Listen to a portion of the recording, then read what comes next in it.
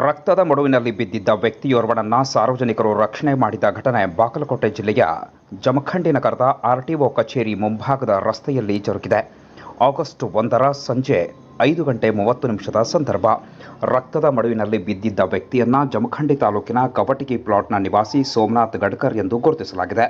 ಇದನ್ನು ಗಮನಿಸಿದ ಸಾರ್ವಜನಿಕರು ತುರ್ತು ಸಹಾಯವಾಣಿ ಸಂಖ್ಯೆ 112ಗೆ ಕರೆ ಮಾಡಿ ಜಮಖಂಡಿ ಗ್ರಾಮೀಣ ಪೊಲೀಸ್ ಠಾಣೆಯ ಪೊಲೀಸರ ಸಹಕಾರದಿಂದ ಆಂಬ್ಯುಲೆನ್ಸ್ ಕರೆಯಿಸಿ ಚಿಕಿತ್ಸೆಗಾಗಿ ಸ್ಥಳೀಯ ಆಸ್ಪತ್ರೆಗೆ ರವಾನಿಸಿದ್ದಾರೆ. ಜಮಖಂಡಿಯ ಗ್ರಾಮೀಣ ಪೊಲೀಸ್ ಠಾಣಾ ವ್ಯಾಪ್ತಿಯಲ್ಲಿ ಈ ಘಟನೆ ಜರುಗಿದೆ.